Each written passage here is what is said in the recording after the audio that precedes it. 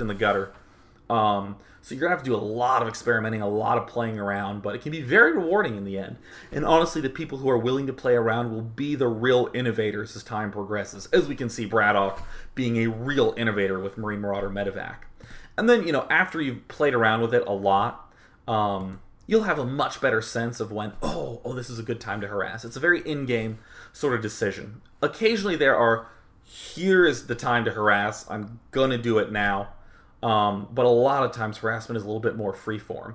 So to be entirely honest, happily go out and harass being mentally prepared to fuck up, right? Pardon my language, but really that harsh of a word should be used to describe your mindset towards your experimentation. Just like, whoo, wow, this could go horribly. And that's the best way to learn with harassment. It will backfire violently when it backfires, It's not like... it's not exactly like a timing push where you do the push and you're like, it felt a little bit weak, maybe I can delay it and it'll be stronger. You'll try to do a storm drop and you'll get one probe and lose it and you'll just be like, oh, why did I storm drop? I hate everything.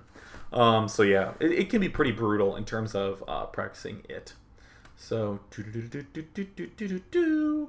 I will take this last question by Lancer723 and then I will wrap up. Day 9, isn't this build, relying so heavily on low-tech bio-units, very susceptible to higher-tier units, such as the Broodlord and Corruptor and Ultralisk that we saw at the end of this game? So, a reasonable question, but there are subtle issues with the way that it was asked. So there is so much problems there are much problems. Let me try it again. There are many problems that can occur with the language that you choose to use. I'm going to use an example from politics. So, long ago, the Republicans agreed upon this general language that they wanted to use in reference to a lot of the goings-ons of the government. And one of them was tax burden and tax relief. And everyone's heard those terms around. Oh, yeah, the tax relief. Oh, I want to, lower taxes, get a little tax relief. But think about what that implies. It implies that taxes are this horrible, awful thing. And that when they're lower, it's a relief. And when they're higher, it's a burden. It's horrible. Now, if you think about it, the reason taxes exist is it's sort of this shared responsibility. We're all chipping in so we can have roads and police force and all this good stuff taken care of.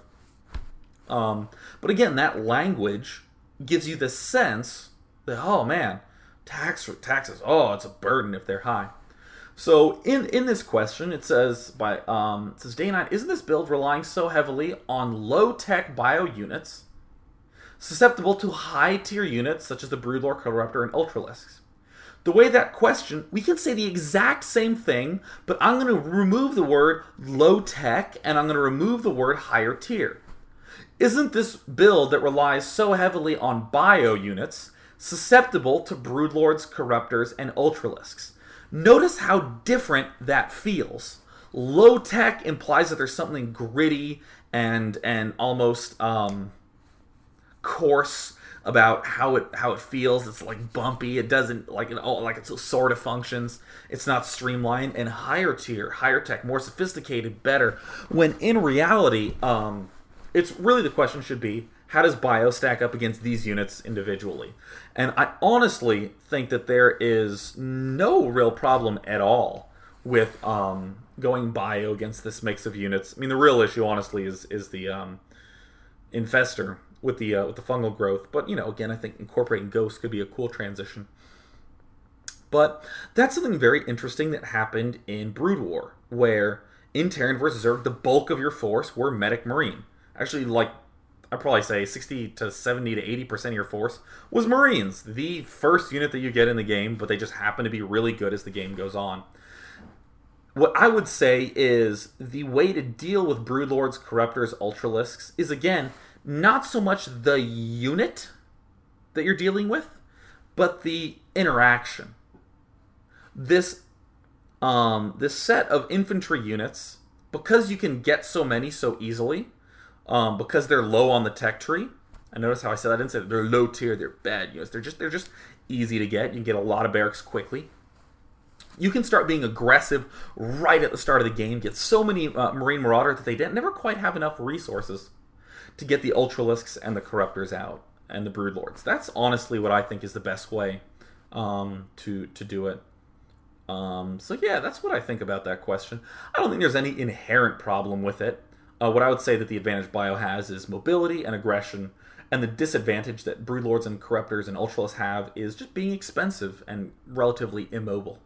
So we can see, obviously, how the strengths and weaknesses work. And of course, those Zerg units are just really scary whenever they do get out. So, always got to be a little bit careful as Terran. And that will wrap up Day 9 Daily number 136, Part 2, Part Dos.